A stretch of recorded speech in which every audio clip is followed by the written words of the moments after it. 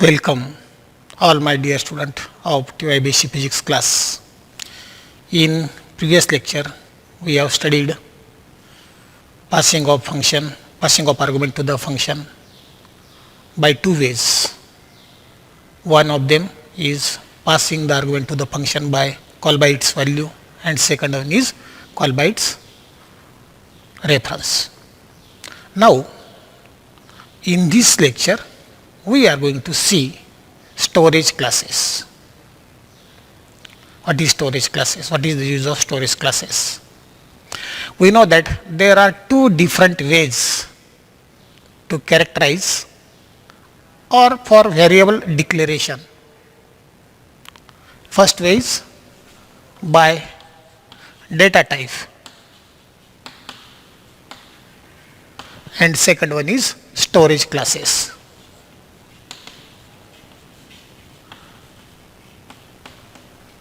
We are familiar about the way to characterize, that is for variable declaration by data type. Data type refers to the type of information represented by the variable. Data type refers to the type of information represented by a variable. For example, integer number, float number, character, all these are data types, and we are very familiar with this because up to this moment we declare all the variables in the program by using data type. Now here we are going to see about storage class. Storage class refers to the permanence of variable. Storage class refers to the permanence of variable and its scope with the program, within the program. Okay. There are four storage classes. First one is automatic storage class. Second one is static storage class. Third one is external, and fourth, register storage class. Register storage class. Now we are going to see one by one, but before study all the four storage class in detail, they are defined or they are identified by the keywords auto. This is the keyword for identification of automatic storage class, or we can say that automatic storage class is identified by the keyword auto. Then static storage class is identified by the keyword static. Then external storage class are identified by the keyword external.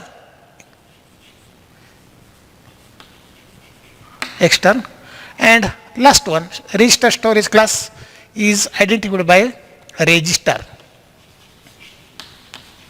Hence these four keywords, that is auto, static, external and register, are useful in order to identify the storage classes. The storage class of variable determines, remember that or make your concentration, what storage class do. The storage class of variable determines four things. One of them, first, is where it is stored, where the variable is stored, and this is determined by the storage class. So first, where it is stored. Second one, what is the default value of the variable in particular storage class. So first one, where it is stored. Second feature, what is the default value? Default value. Okay. Then third one, scope of variable. And last one, fourth, life of the variable. Hence, it should be remembered that the storage class of variable determines first where it is stored, where the variable is stored, what is the default value of the what is the default value of the variable, what is the life of the variable, and what is the scope of variable. Here, scope, the variable may be categorized depending on the place of their declaration, where we declare the variable that tells the scope of variable. As internal, if we declare the variable inside the program or inside any function or inside any block, then the scope is local or internal. And when we define the variable outside the program, then its scope is external or global. Remember that internal variables are those which are declared within a particular function or within a particular block, while external variables are declared outside of the function. Okay. Now, we shall now study 4 storage classes one by one. First one is automatic storage class. First storage class, automatic storage class. I already told you that the keyword auto is used to identify automatic storage class. Now,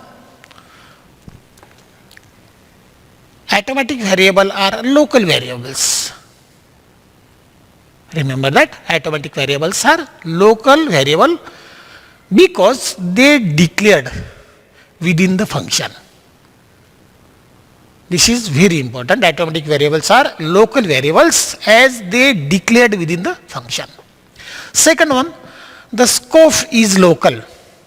Their scope of automatic variables are local to the block or to the function in which they define. Suppose we define a function, we define a automatic variable in a particular function, then its scope remains for that functions only or for that blocks only. Okay. Third one, any variable declared inside a function without any storage specification. What I say? Any variable declared inside a function without any storage specification. There is need not necessary to give the storage specification for automatic variable when it is declared within the function.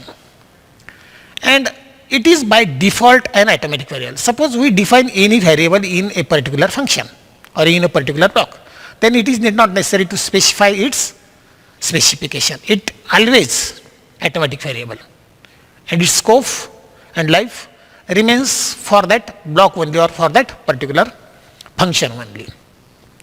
They are created when the function called. When automatic variables are created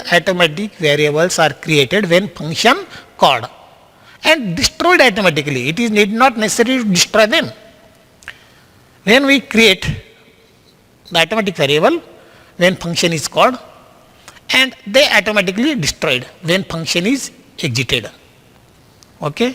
I am again going to tell you that automatic variables are created when the function called and destroyed automatically when function is exited. Okay. Then there is one of the most important feature of automatic variable, and that automatic variable feature of automatic variable is that its value cannot change accidentally.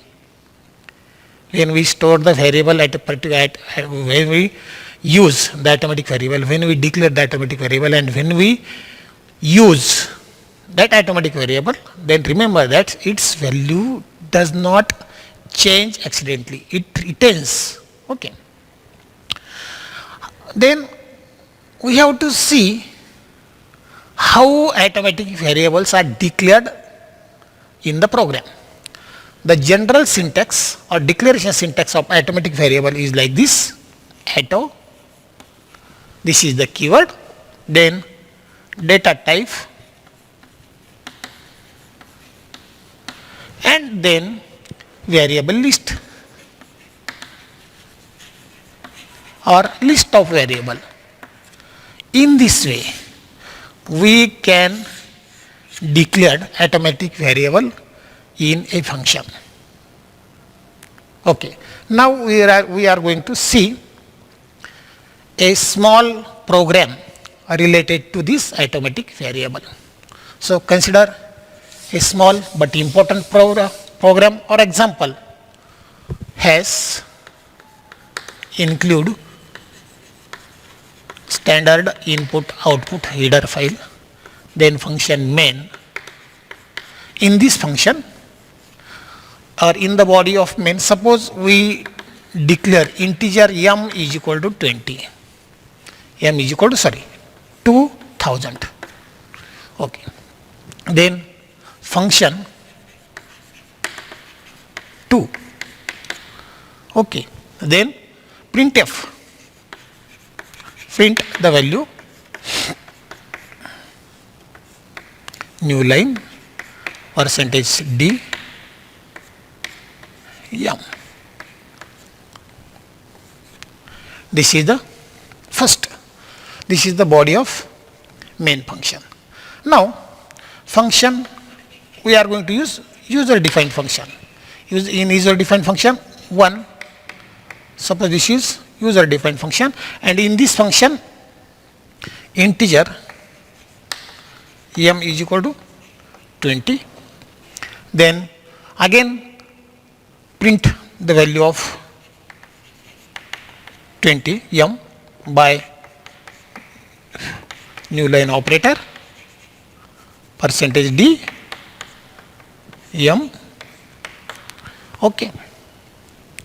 And this is the body of this user defined function 1. Again we are going to use second function, user defined function, that is function 2. Again the body of function 2 is like this. In this body we use integer m is equal to 20, 200. Then function 2 and print the value of again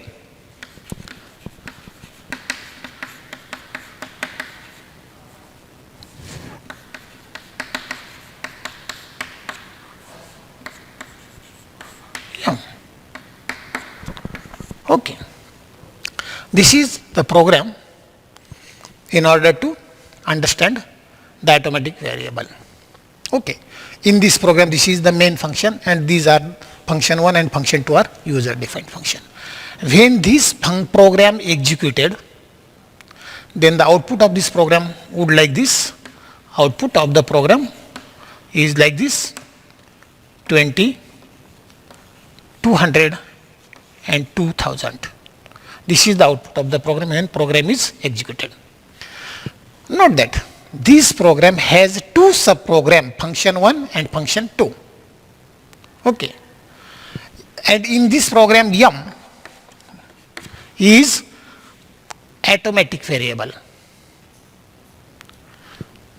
Here m is initiated in main program, m is initiated 2000. Okay. Then 20, then 200. I am again going to tell you, m is initiated in main program for 2000, in function 1 20 and function 2 2000 respectively. When main is executed, main function executed, or when execution of the program starts, main function calls program 2. Main function calls program 2.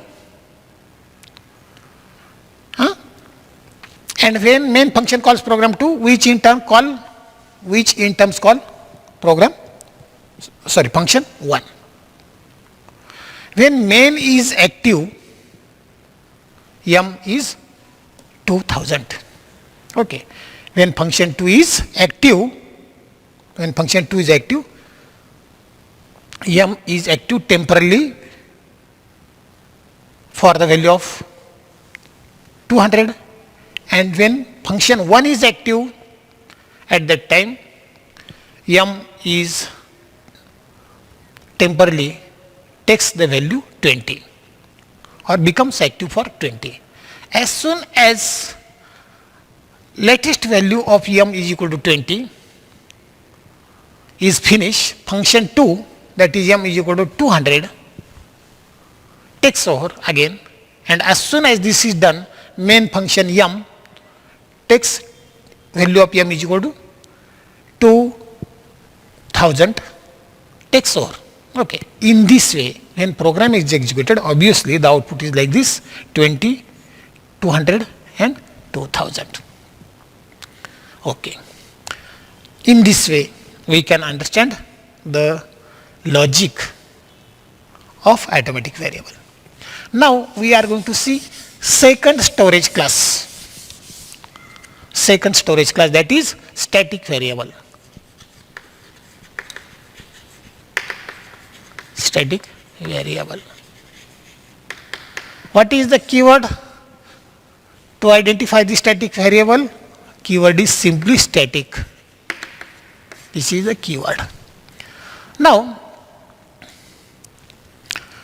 when it is used in a single file program, remember that in a single file program, static variable are defined within individual function. Okay, there is a single file program, and in that single file program we can define static variable within the individual function. Okay, now these static variable have same scope as that arithmetic variable, that is local scope. They are local to the function in which they are defined. That's why static variable have local scope. But static variable tells the compiler to persist or continue the variable until the end of program.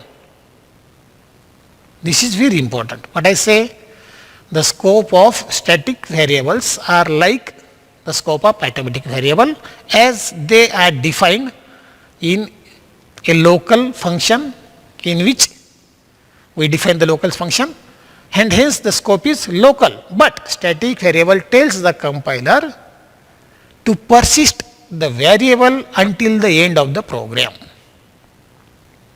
Okay.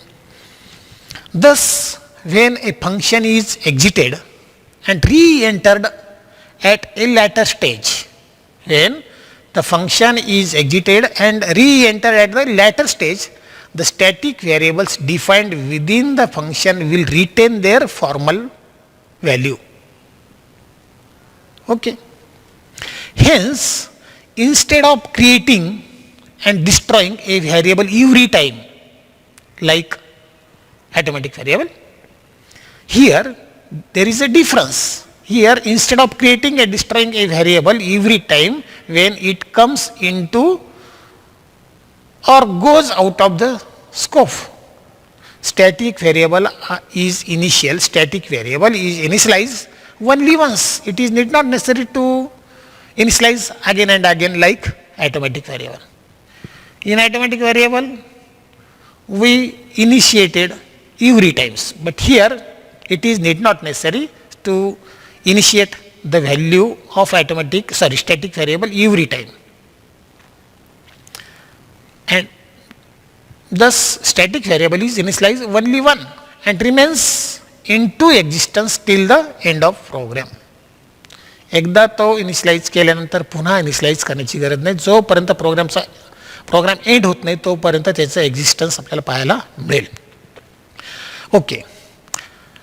Now see here, a static variable can either be internal or external. Static variable, arithmetic variables are always internal variable, but static variable can either be internal or external depending upon the place of declaration. If the variables are declared inside the function, it is obviously internal variable, and when static variables are defined outside the function or outside the program, obviously it is the external variable. Okay. But remember that static variable retains information permanently throughout the program. Though we comes out of the function, still it retain its value. And hence, I told you that static variable retains information permanently throughout the program. Now, how static variables are declared in a function or declaration? What is the declaration syntax of static variables? Static variables are declared like this: static, this is the keyword, data type,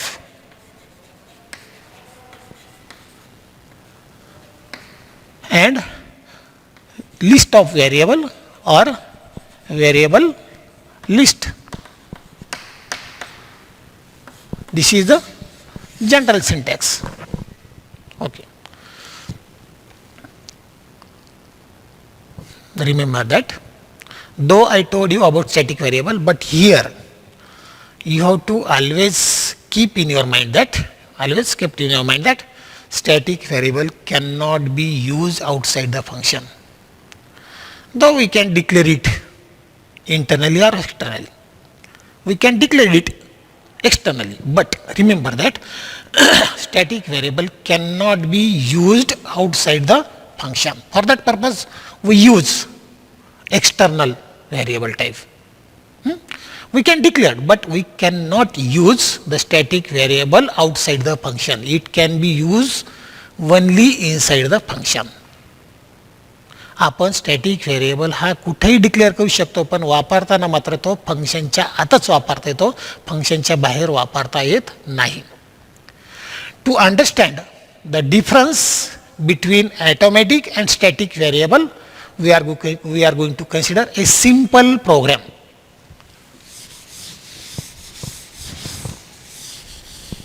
Automatic variable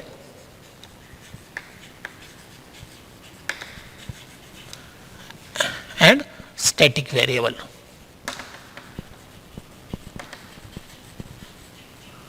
See here the program for auto variable. We are going to consider a program has include standard input output dot header file, then main function, and in this main function we use three function: calculation,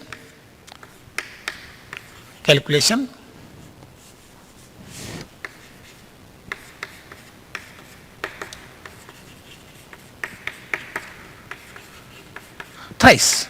We use the function calculation thrice. Then here we call the function, and in here auto integer. Suppose we are going to consider integer I is equal to 1. We use the integer and initialize it. Then print the value of integer. You can write a new line percentage d and I, and last I is equal to I plus 1. Okay. This is the program this is the program in order to understand automatic variable. Same program with little bit difference. Main, calculation. First here we use same.